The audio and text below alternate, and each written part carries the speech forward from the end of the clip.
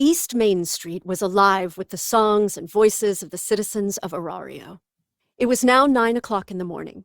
While most adventurers were already prowling the dungeon, throngs of townspeople were gathering on the streets. A line of food stalls ran down the middle of the street, another two lines along the sides. Sounds and smells of their various confections spread out over an ocean of humanity. The street itself was decorated with long ribbons and vibrant flowers. Flags of many colors flew in the morning breeze. Some of them had the silhouette of particularly vicious monsters printed on them. The others had an elephant's head, the emblem of Ganesha familia. A young animal boy, his face red with excitement, pulled his mother's arm as they plunged into the crowd. The sun itself seemed to be celebrating the day, its bright yellow beams lighting up the sky. East Main had been completely transformed by the fair. The line of fairgoers ran from the east gate all the way up to the stadium itself. A pair of silver eyes watched them inch along from above the street, from the second floor of a cafe, to be exact. The cafe had a wooden interior and a very laid-back atmosphere. One woman was sitting at a table next to a glass window facing the street. She was wearing a navy blue cloak to prevent her face and snowy white skin from being seen. However, one layer of cloth was not enough to contain this person's beauty. Even though her face was well hidden under a hood, every set of eyes in the cafe was trained on her. Whenever she would trace the lip of her cup with her delicate fingers, or her elegant chin peeked out from under her hood for a moment, everyone around her held their breath. Many people who happened to see her stopped and stared. All of them were fascinated by someone doing almost nothing. Freya, the goddess of beauty, ignored them and kept her eyes on the street below. She was watching the many people of Gakai, the children. Humans, animal people, dwarves, elves, a few adventurers were sprinkled in among the colors of these different races. Freya thoroughly scanned them with her sharp eyes. Creaks in the wooden floor announced the arrival of a few customers. Freya stopped the examination and turned to greet the newcomers. "Yo, sorry to keep you waiting." "Not at all. I just got here myself." Freya smiled under her hood at the person waving at her from the head of the stairwell. The newcomer's hair was not the bright flame of Hephaestus, but a more subdued shade of red, the hue of an evening sky. It was tied back into a small ponytail. Her shirt and pants were worn out and faded. If Freya had not known her, she might have thought this person was male. Fighting back a yawn and with tears in her eyes, Loki smiled back at the cloaked figure. "Haven't had brekkie yet. Mind if I grab a bite?" "Do as you please." Loki pulled up a chair across from Freya and sat down. Freya continued to smile her usual smile, not reacting to Loki at all. The two of them had an air about them, like friends who had known each other for a very long time. "I heard you had quite the night after the celebration. Crawled into a bottle and passed out, did you?" "Hesty is something else, isn't she?" "Where'd you hear that, boobs for brains?" "I overheard some of your cute children. They had themselves quite the laugh." "Those bastards always having a good time without me." Freya had invited Loki to this cafe to talk at 9 in the morning. It had been a few days since the celebration. The two goddesses were only here because of Freya's request. "So when are you going to introduce that girl standing behind you?" You need introducing?" "This is the first time for us to meet face to face." Loki had not been alone when she entered the cafe. Standing like a guard behind Loki with her sword's sheath clutched in her hand was a young girl with blonde hair and golden eyes that even Freya, the goddess of beauty, had to notice. "'Kay then, this is my eyes. That enough for you? Eyes, this is a goddess. You should at least say hello." "Nice to meet you." Freya muttered "Kenki" under her breath as her eyes skimmed over the girl. Eyes Wallenstein. She was the female swordsman who was responsible for Loki Familia's sudden rise to notoriety. even among the gods. Her name and reputation were known not just in Aurario, but were spreading around the world. Indeed, she needed no introduction. A girl with her looks did not usually go into a dangerous profession like adventuring. Someone who didn't know her face would never guess that she had slain countless monsters and trodden on just as many of their corpses. "You can take a seat," said Loki as the girl with a thin, delicate face nodded and pulled out a chair to sit down. "She is very cute, and also, yes, I can see why you have taken a liking to this one." Eyes' golden eyes met Freya's silver ones. Eyes kept her face emotionless as she lowered her head in a polite bow. Her nickname was perfect in some ways, completely wrong in others. Freya's smile flexed for a moment, thinking about it. "Can I ask you why you brought the Kenki here with you?" "It's the fair, yeah? What better time for a date with my Aizu?" Loki's eyes twinkled, a vulgar smile on her lips. "Well, that and she's finally back from an expedition. She'll be back in the dungeon in no time. That's just her." Someone's got to tell her to relax, don't they?" Loki patted the girl's head as she spoke. Eyes looked down, deciding not to speak up. Freya looked at the warmth in Loki's thin eyes and couldn't help but remember how she was before coming here. Loki had been quite the troublemaker in Tenkai. "Well then, I think it's about time you tell me why I'm here." "I just wanted to chat. It's been a while." "Lying through your teeth." Loki sent a smirk at Freya, still smiling under her hood. She matched Freya's tone to the letter. The old friends aura was gone. A waiter was unlucky enough to come and take their order at that very moment. Stuck between two lightning rods, he stood silent and motionless at the head of the table as if he had been chained down. As for Eyes, she kept her face devoid of emotion and chose to watch quietly from the side. "I'll ask you again, why?" "I don't understand. What's the matter, Loki?" "Come on, moron." Freya turned to the waiter, still motionless at the head of the table, and flashed him a smile. The man's eyes opened like floodgates, his face turning beet red. He broke out in a cold sweat before quickly turning around and wasting no time leaving the area. Loki watched him leave for a moment before returning her raptor-like gaze back to Freya. "You've been strange recently. You claim not to be interested in the celebration, but poke your head in at the last minute. Say you're there for information. You don't care about that. You never have. What are you scheming?" "Scheming? Why do you make it sound so evil?" "Shut your mouth." Loki followed it with saying that strange things happened when Freya acted like this.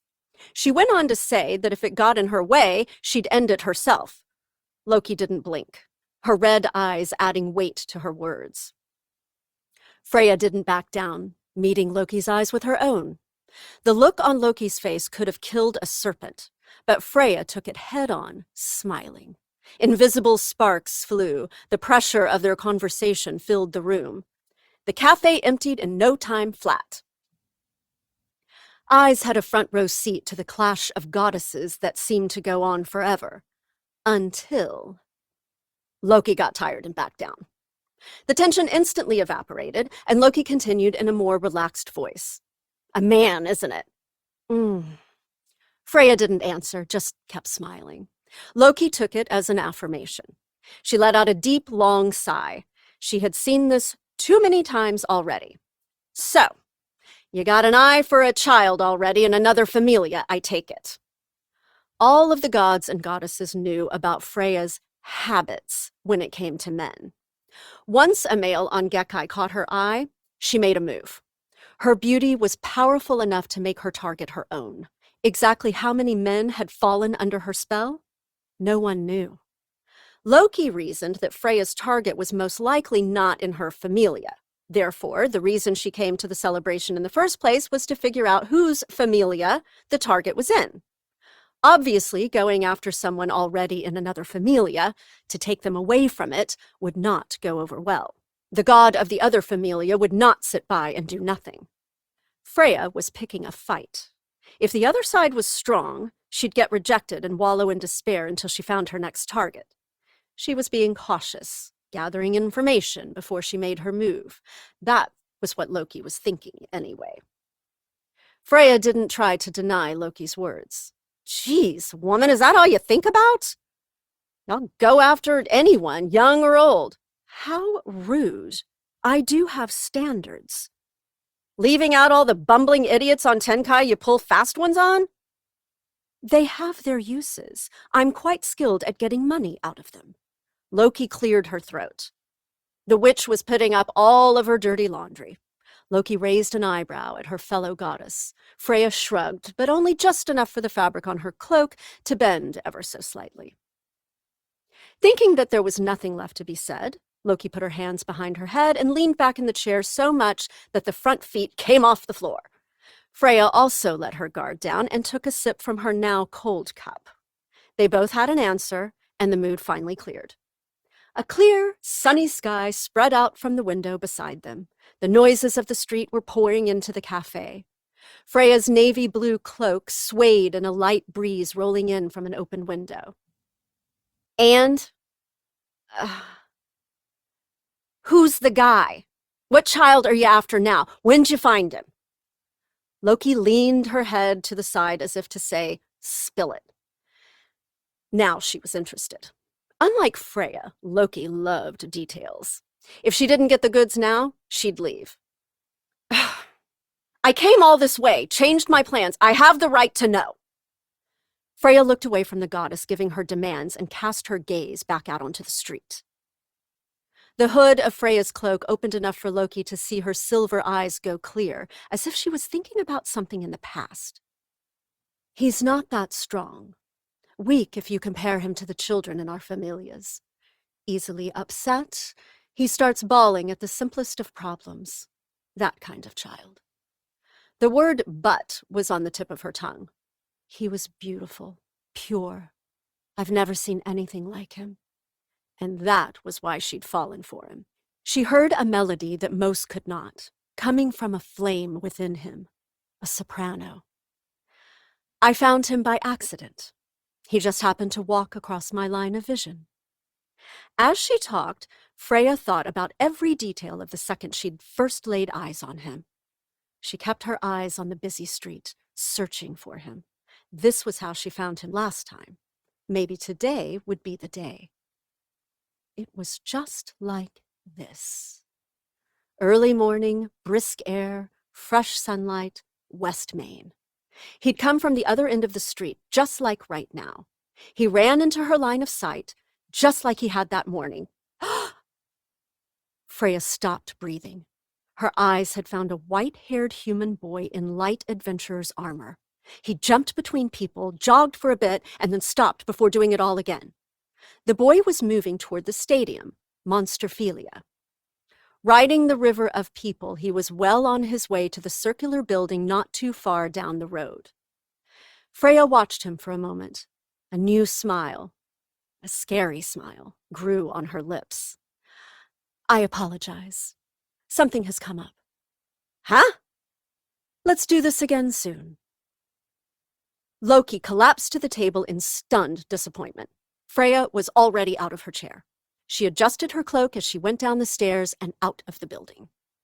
Only Loki and eyes were left in the cafe. "What kind of person just leaves you hanging like that?"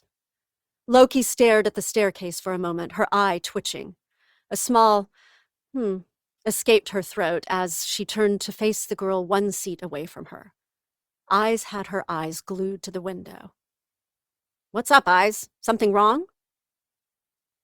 "No." She went on to say, "It's nothing," but she didn't look away. Her golden eyes, just like the silver eyes of the goddess before her, saw a familiar white head moving through the crowd to the stadium. "Here it is." "Ooh!" Hephaestus, still dressed in her work gear, handed Hestia a small case. Hestia let out a squeal of delight. She had bags under her eyes, but her face still beamed with energy. "Does it meet your expectations?" Yes, very much so. No complaints." The hinges of the case squeaked as Hestia opened it to have a look inside. The case contained a dagger with a black handle and sheath. The entire weapon was black from top to bottom. It might have looked like a simple blade, but Hephaestus had put her soul into making this weapon, with a little help from Hestia. Completing Belle's new weapon in just under a day gave Hestia a look of happiness and satisfaction, the likes of which Hephaestus had never seen. "Ah! Hephaestus! The blade needs a name. Can I give it one? Let's see. How about something that binds Belle and me together? Love dagger, or something like that." "Please, no. This dagger is worth more than that. But this is your blade now." Hephaestus suggested Hestia knife, but Hestia wasn't too excited by that name. More like she was embarrassed by it. She blushed and scratched her head, but her level of delight was still as high as ever. Even the long ponytails on each side of her head were full of energy, swishing from side to side. "I'll say this again. Do not go back on the loan." I won't! Hephaestus took her hair out of the tight bun she'd made yesterday and started putting in pins. Hestia's energy was infectious, and she couldn't help but smile and nod at her. However, Hestia was busy adjusting her clothes as if she were getting ready to go. "Leaving already?" Yeah, sorry." She couldn't just sit here now. Hestia made for the exit. "You should rest before you go." Hestia didn't turn around or respond, just waved her hand as she headed out the door. She had been waiting in a small room behind Hephaestus Familia's main store. She walked right past it and onto Main Street. I can't wait to give this to him. Just thinking about his face the moment she gave him the dagger made her so happy she could die. First, he would simply smile at her, look at her with respect and admiration, and he would hold her. Hestia's cheeks puffed up as she thought of how to set up that moment. She was walking down the middle of the road, her face stuck in the same expression, giggling to herself. She calmed down a bit as she walked farther down Northwest Main. She decided to wait for Belle at home, rather than trying to find him in the city. Of course, she wanted to give it to him as quickly as possible, but she didn't know where he was at the moment. Probably somewhere in the dungeon, knowing him. I see.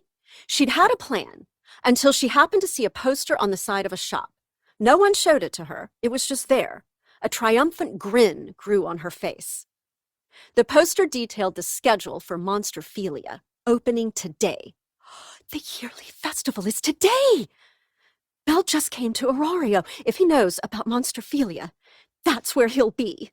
Therefore, if she went too, chances were she could see him there. She was in such a good mood that the idea of searching for Belle in a massive crowd didn't bother her at all. She'd figured out how he thought, or so she declared to herself via her new, slightly unfounded confidence. She knew where she needed to go. Turning on a heel, she made her way toward East Main. "Hey! Taxi!" She flagged down a horse cart that was passing through by waving her small hand. The young driver neatly pulled right up at Hestia's feet. She climbed into the cart and said, "To East Main, please," and pointed that way for good measure. "Ha-ha! Loud and clear. Are you by chance going to Monsterphilia, Miss Goddess?" "Something like that." The young man flicked his reins, sending the cart into motion. The sound of wooden wheels hitting the rock pavement bounced in her ears. Her seat shook with each stone. This was a huge city. Home to the most adventurers and familias in the world, Aurario distinguished itself from the rest of the larger cities. Inside a city this large, walking wasn't the most efficient form of transportation. Horses had been brought in to help transport supplies to businesses around the city, as well as assist private citizens. The term taxi was first used by a god trying to flag one of them down. The name stuck and had been used ever since. "I want to get there as fast as I can. I know it's crowded today, but can you speed up?" "Do I look like a man who would refuse the request of a goddess?" The young man was more than happy to oblige and urged his horse to run faster. Since the main streets were full of people and food stands, he veered off the main road and went into the back streets. Sometimes their path was so narrow that the cart barely fit through the gap as they rode toward East Main. The driver, who couldn't have been more than 5 years older than Belle, was very friendly and kept a lively conversation going during the trip. Hestia got into the festival spirit, watching all the decorations fly by their cart. Ay, ay, ay. I'm sorry, goddess. Looks like I can't go any further. Hmm? They'd been making great time, but suddenly the cart came to a halt. East Main was only a block away, but the number of fairgoers had increased to the point that the taxi couldn't proceed.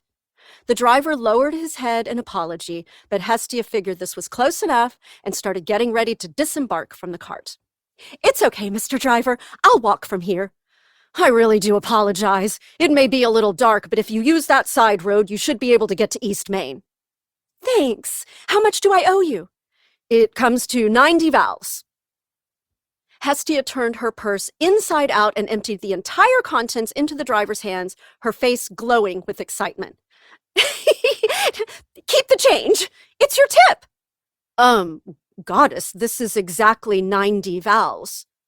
His words fell on deaf ears as Hestia half-danced her way onto the side road he had suggested. He watched her for a moment, a slightly lonely look on his face. Giving up on the tip, he turned his cart around and set off to find another customer. The side road was dark and narrow, but unlike the main street, no one was back there, and Hestia moved quickly down the path. She skipped forward, humming a happy tune and cradling the weapon case in her arms. It was at that moment she realized she wasn't alone. Huh? Is that you, Freya? Hestia? Hestia almost ran into a woman covering her entire body with a navy blue cloak at a small intersection. Hestia could tell it was the goddess of beauty from a few locks of silver hair sticking out from the neck of the hood and the woman's posture. Did you come to watch Monsterphilia too? Taking a back road like this, you must be in a rush. In a sense, yes. There are many children on the main street, so I'm staying out of sight. Sneaking around back here is the fastest way to get around. Ah, must be difficult being the goddess of beauty. Everyone who saw Freya had a different reaction, but many tended to stop and stare. She could avoid a lot of hassle by staying out of sight. That meant she couldn't ride a taxi to get around either. This had to be her only way. Freya smiled her usual smile. Hestia gave her an affirming nod. Oh, Freya, well, I've got you here. Have you seen the boy in my familia? I'm looking for him. Oh. He's a human with white hair and ruby red eyes. Kind of looks like a rabbit. Hestia mimed out her explanation of Belle, arms becoming rabbit ears. Freya stopped smiling and went silent. But her smile soon returned, and she told Hestia what she knew. Now that you mention it, I have. On East Main, not too long ago. Really? Yes, he was heading toward the stadium. So if you take a left up there, you should be able to avoid the crowd completely. Accepting her directions without a second thought, Hestia thanked her with the biggest smile yet and set off. Freya smiled a different kind of grin before continuing on her own path. Hestia followed the road and turned left. More and more sunlight reached the street as she got closer to East Main. It wasn't long now. Hestia picked up speed and burst out of the side street and into the throng of people on the main street. The fairgoers didn't have any time to waste either. But in the waves of people, she immediately found Belle's white head, trying and failing to move forward through the crowd. Hey!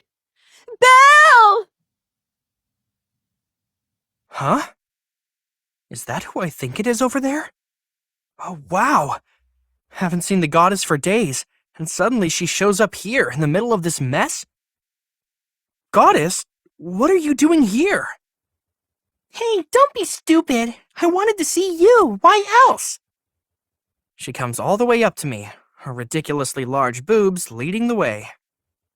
That's not really an answer. She's making me a bit nervous. Yeah, I wanted to see you too, but not that. Where have you been?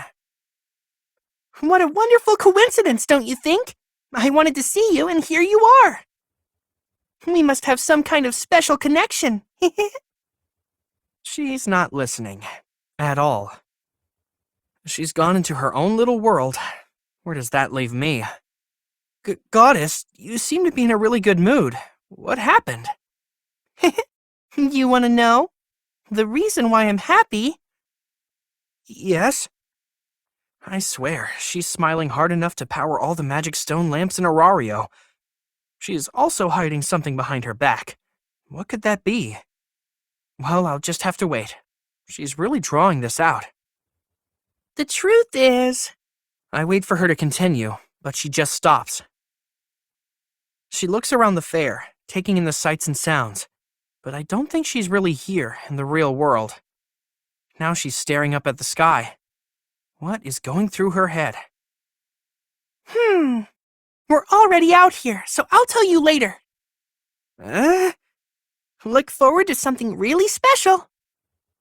My shoulders drop. Pretty sure my jaw does too. What is she trying to do to me? Wait, what? She grabbed my hand? My heart skips a beat as she takes my right hand. Her skin, it's so soft. She's pulling. Let's have a date, Belle. She turns her back and looks over her shoulder with a cute little smile. A date? Yep. Just look at the city. Everything looks so fun. We'll have a great time. Sure, but what do you mean a date? Let's go, Belle. Let's go. I'm blushing like mad. I can feel it in my cheeks. But the goddess looks so happy. Her silk-like fingers clamp down on my hand, and she leads me straight into the crowded street. The street vendors show no signs of slowing down. They're selling so many things. Meat on a stick, easy to carry, I suppose. Oh, small souvenirs, keychains, accessories with Ganesha Familia's emblem or a monster on them are in that one. Aren't those real weapons? Not the highest grade, but they're very real. Only in Aurario. Fireworks fired off from the stadium dot the sky. I can barely hear them over the noise on the street. Wait, goddess, I have to tell you, I'm in the middle of something. Oh, like what? I was asked to find someone. Okay then, we'll look for them while on our date. I think the phrase is 2 birds with 1 stone. Hey, mister, 2 of those crepes, please. Goddess? She brushes me off again. I'm in trouble now. I can't go back to the benevolent mistress without getting Seer's wallet to her and say it was because I was on a date? Is this a date? Anyway, if those ladies find out, they would hate me for sure. And then there's the goddess. I can't take my eyes off her. My hand won't relax, damp with sweat. That's nothing compared with all these new looks from the goddess. It is strange to think, but she's acting the age she looks. Going from vendor to vendor, her eyes sparkling as she points to a pastry or clothes like a teenager. She's completely different at home, more grown up. Her smile is always contagious, but now it's cute. The goddess really is a beautiful young lady. Seeing this side of her proves it. My heart is beating a rhythm now. What have I gotten myself into? She's a goddess. Belle? Belle? Yes, what is it? Huh? She's making this a whole lot more complicated. She's holding one of the crepes that we just bought up to my mouth with a radiant grin on her face. While she finally lets go of my hand, she's on tiptoes holding the crepe with both hands and trying to get me to open my mouth. My arms flail as I struggle to get the words out, eyes locked on the confection now inches away. Goddess, what are you doing? What do you mean? Say ah! Ready? On! I always wanted to try this. My whole body is twitching. How pathetic. I forgot what I was going to say. Great. All right. Maybe if I don't say anything, she'll get the message. My cheeks are on fire. I know she's in a good mood, but this is absurd. Maybe it's the festival that's giving her these ideas. Aw, what is it, Belle? Is it because I took a bite first? No, it's not that. It's just... It's a little embarrassing. And you're a goddess. I have to respect you. Respect. Being fed like that by an otherworldly deity? I have no manners at all. Avoid eye contact. I already look pathetic enough. Come on, think. There has to be a way out. My own crepe. I bought that for you. To take a bite of your crepe would be disrespectful because I have my own. Please, have a bite of mine instead. You got away. Her smile is gone, pouting a bit. At least she lowered the crepe. But she shrugs it off. Oh well. Her smile is back. Okay, we'll do it your way. I'll have a bite of yours. See? She closes her eyes. Her thin lips are open. Okay, I can handle this. Just bring the crepe close to her mouth. Chomp. Her cute cherry blossom lips jump forward as she takes a small bite. She looks like a cute, innocent child. Stop looking at her like that. I'm blushing again. She opens her eyes with her teeth still in my crepe and smiles like a mischievous fox before taking another massive bite from the pastry. She pulls back, her cheeks stuffed like a pretty little chipmunk's. Just what does my face look like? There's a spot of cream on her cheek. Must have come from inside of the crepe. I can take care of it for her real quick. I stop my hand in midair. What am I doing? She's a goddess. She doesn't want to be treated like this, especially not by a human like me. Get her a napkin, idiot. I start to pull my hand back, but she grabs my wrist with those delicate fingers. I want you to. She smiles sweetly at me, blushing with eyes full of trust. I slowly run my finger up her cheek. Her eyes clench and her body wiggles as if it's ticklish. Blood is pounding into my head. My whole body is on fire, an itch I can't scratch. This is so embarrassing. Or am I just shy? She's got me wrapped around her finger. Well done, Belle. Next up, potato snacks. Let's go, let's go! We're going to keep going? Of course. We almost never have time to enjoy something together. She takes my hand again and leads me back down the street. I may have one foot in the grave, but for some reason, I'm smiling too. Come to think of it, she's right. We are a two-person familia.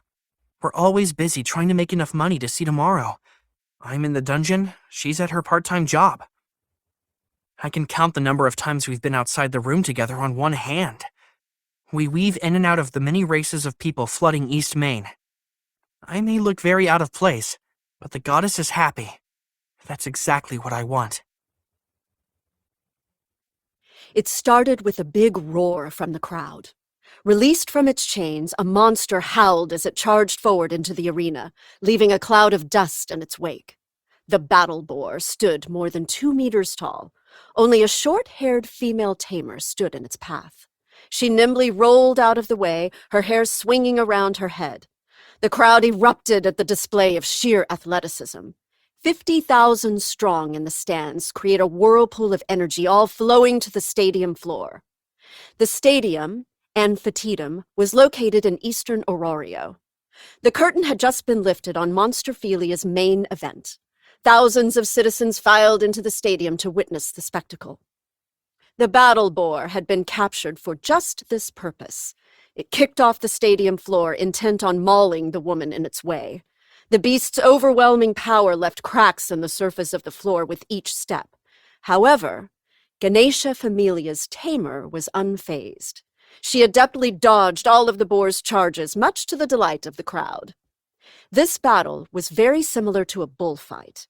An attractive person in flashy clothing faced down a beast armed with a whip and a cape. The beast charged many times, but the tamer dodged by the smallest of margins. It was her mission to tame the beast, not kill it. Seeing her calm demeanor in the face of the life-threatening danger inspired awe and respect among the audience. They wanted to see more. They applauded every time the tamer emerged from a charge without a scratch on her. The monster's blood-curdling roars were amplified throughout the stadium by magic stone microphones to make sure even people in the upper deck seats got the full impact of the show. The stadium was absolutely electric. "They've started," Aina muttered to herself after hearing the noise erupt behind her. She was stationed outside the stadium but could feel the vibrations of the monster's howls in her skin. She looked over her shoulder at the stone wall between her and the action. Aina had been assigned this post by the guild. She and a few other co-workers were in charge of directing fairgoers into the stadium, as well as supporting Ganesha Familia's members. Monsterphilia was not an event held by the gods just for the fun of it. Ganesha Familia supplied the monsters and tamers for the show, but the guild itself was responsible for setting up everything else. It's not my place to question it, but why is there a Monsterphilia in the first place? The managers of the guild approved it. Aina had no input in the decision and simply had to do what she was told. She was not entirely comfortable with it. While there was almost no risk to the city, monsters should not have been brought out of the dungeon. Aina would have objected if she could. If the guild was concerned with city management and safety as they had claimed to be, then they should have done more to restrain the monsters themselves. Declawing them would have been a good start. The monsters were scary beasts, after all.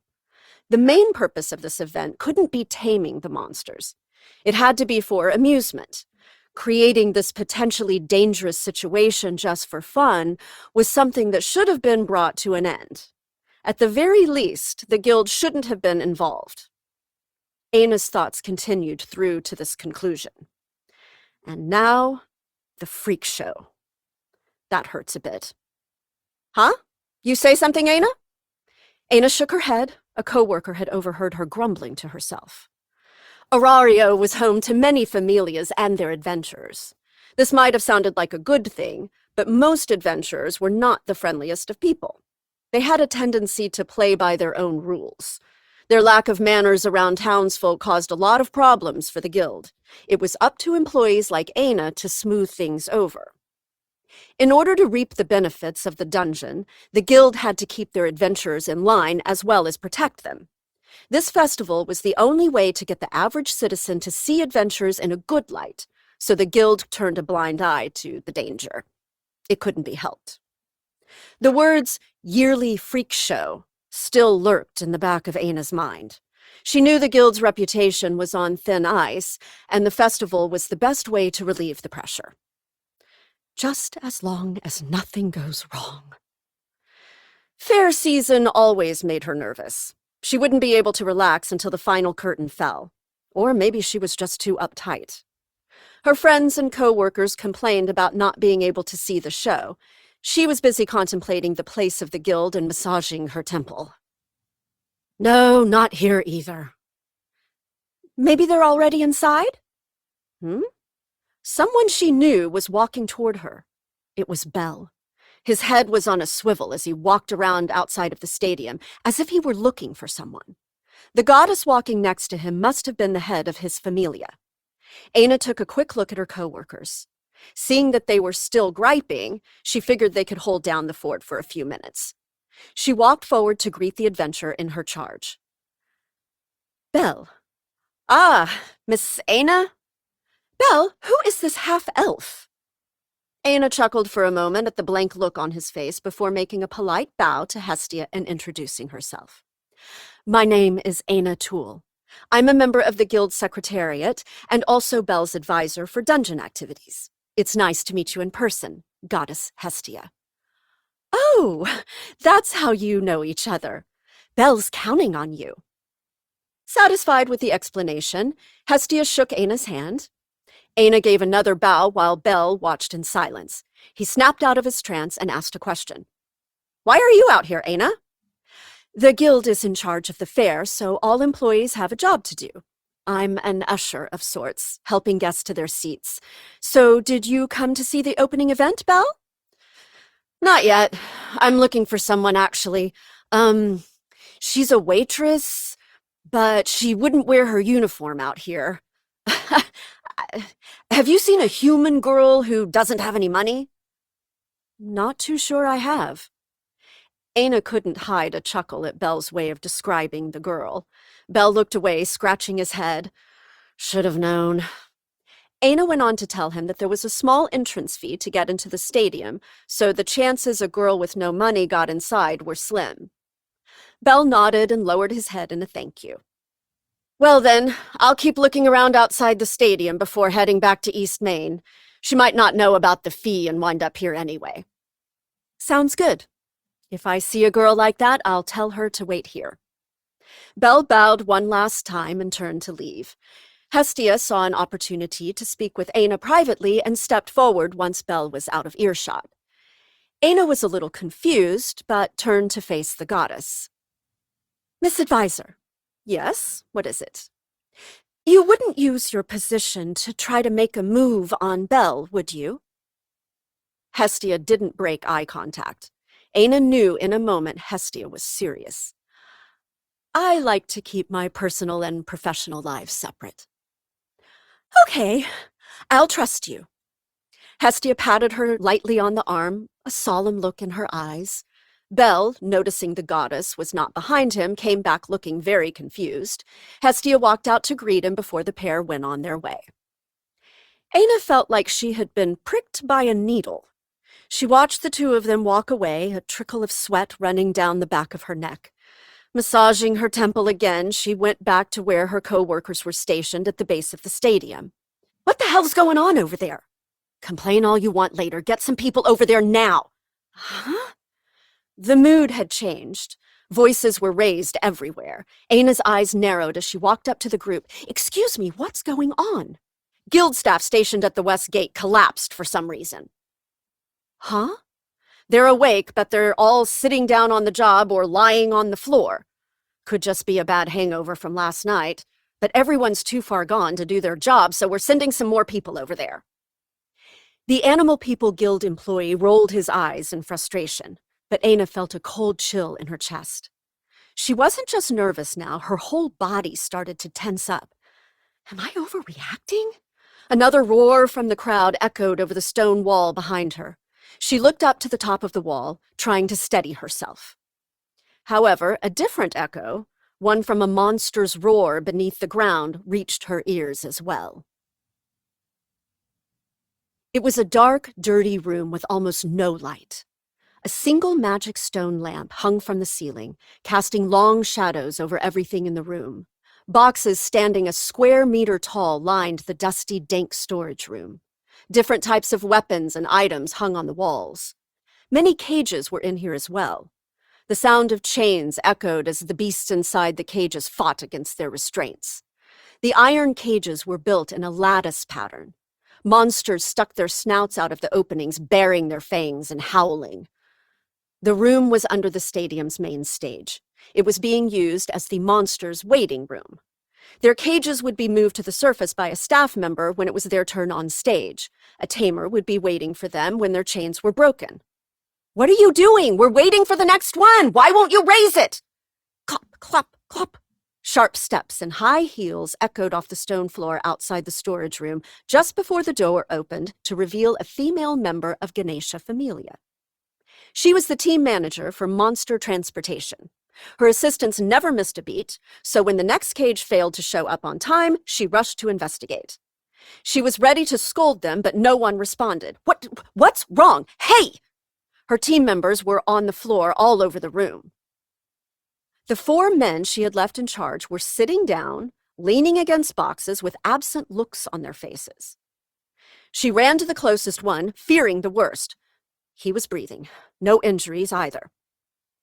Going to the rest of the team, they were in exactly the same aloof state. However, they were alive. The only problem was that all of them looked like puppets that had their strings cut. There was no strength in their bodies at all.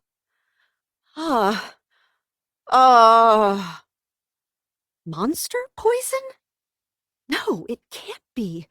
But what the hell did this? All of them were murmuring something. Their faces were beet red. Their eyes weren't focusing. She had never seen anything like this. A chill crept through her body as she realized she didn't know how to help them.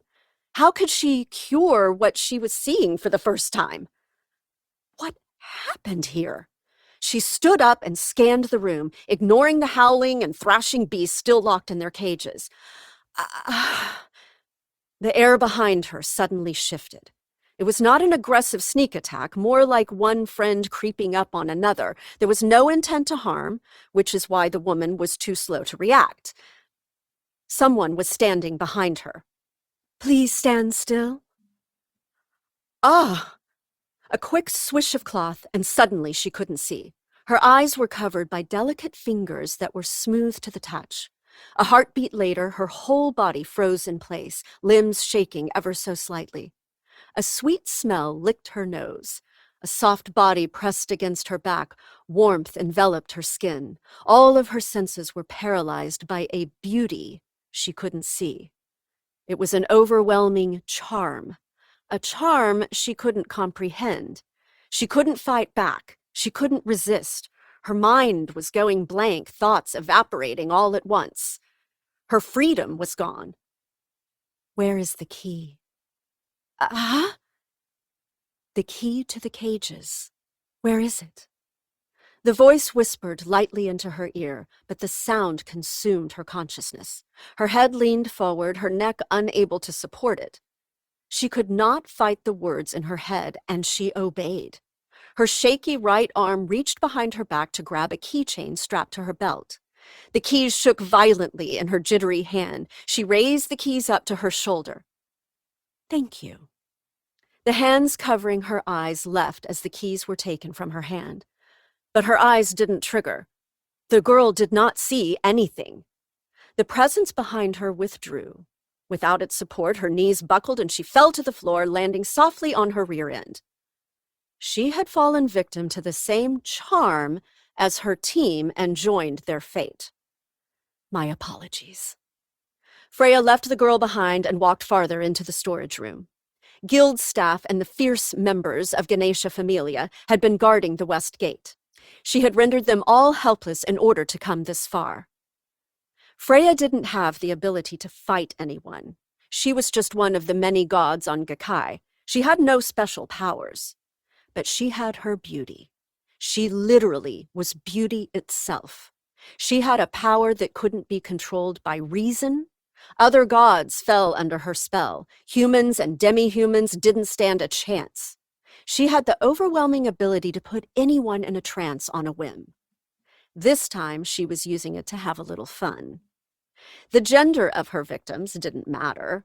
Their consciousness would leave them. They would forget they had bones to stand on. They became infatuated with her charm. As long as she was careful not to be seen, this level of infiltration was well within her power. Freya stopped in the middle of the storage room. Monster cages were lined up all around her, their occupants howling with renewed vigor. She listened to the explosion of beastly roars all around her. However, as soon as she lowered her hood, all of the beast went silent. Her beauty had ensnared them too. Skin the color of freshly fallen snow filled their eyes. Freya's silver hair and silver eyes hypnotized the monsters into a passive state, their muscles shutting down. Even vicious monsters were not safe from her charm. You'll do well. She looked over all of them individually before stopping at one particular cage. That monster was covered in a thick white coat of fur. Its arms were massive and its shoulders broad with bulging muscles. A line of longer, thread-like fur that matched Freya's hair color perfectly ran down its back ends in what looked like a stubby tail. The wild silverback locked eyes with the goddess of beauty, its breathing getting heavier and heavier with each passing second. Come out. She opened the lid of the cage with the key in her hand. The monster obeyed Freya's instructions and stepped out of the lattice cage. The chains restraining its arms and legs jangled at its feet. She had released a monster. She knew how dangerous this could be. While she was pulling the strings, little details like that meant nothing to her. She'd come here for one reason.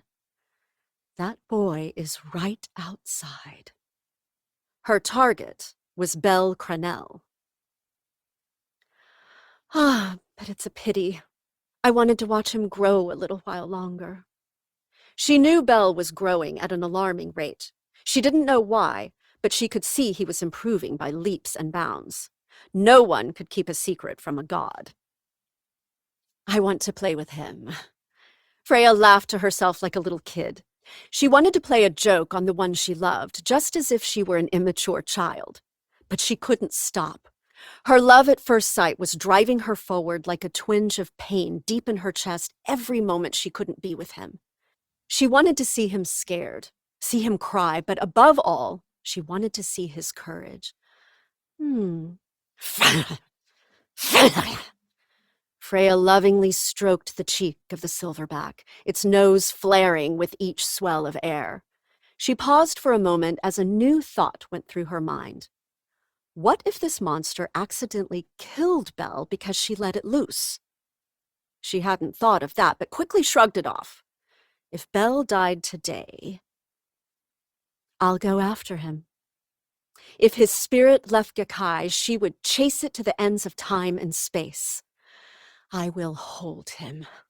Once she caught him, she would hold him against her passionate breasts.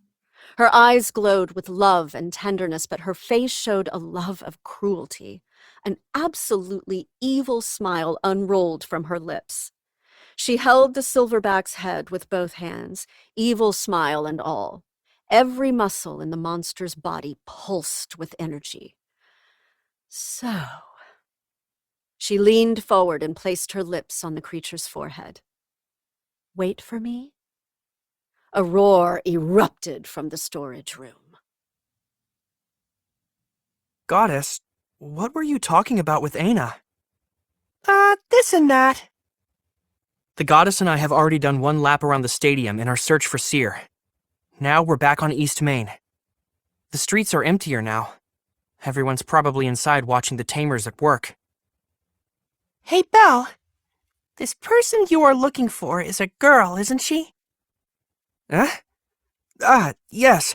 With hair and eyes the color of ashes. She looks grown up and is a little taller than me. She wasn't asking about how Seer looks. Her eyes are only half open, staring at me. She's not blinking. Why's she looking at me like that? Got a bad feeling about this. Goddess? Just like that advisor, you really have no clue. Huh? What do you mean? Who knows? At least she's not staring at me, but she's pouting. I swear her ponytails are alive, and they're flexing, like they want to choke me. What did I do? Why is she like this? We walk in silence for a small eternity. What is it, Belle? I feel something in the air and stop walking. The goddess still looks as angry as before when she looks over her shoulder at me. Just now, something reaches my ears. It's not the din of the festival. It's sharper, tenser. A scream? Just as the words leave my mouth, a tidal wave of sound overtakes us. Monster! The peaceful street erupts into an explosion of panic at that one word. There it is. A monster is at the end of the street, coming from the stadium. It's charging down the stone road, all of its white fur standing on end. The monster, the silverback, was enraged. A storm within, muscles firing off at full strength, it breathed with enough force to blow everything out of its way. It wanted her, and it wanted her now. It was looking for a goddess.